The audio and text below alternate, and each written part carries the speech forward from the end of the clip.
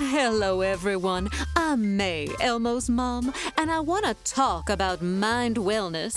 Now, here to share some ideas for staying well is clinical psychologist Sonali Gupta. Hello, Sonali. Now, what can you tell us about managing big feelings? Hi, May.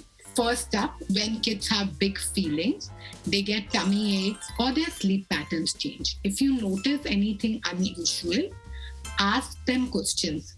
Children often may not have the words to express what they are feeling.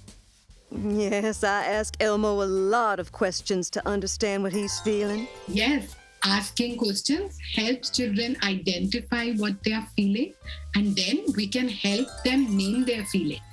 I am so glad people are talking more openly about mental health. Me too. Kids and adults can benefit from the same strategies. Paying attention to physical signs in the body, naming the feeling, and talking to someone we trust.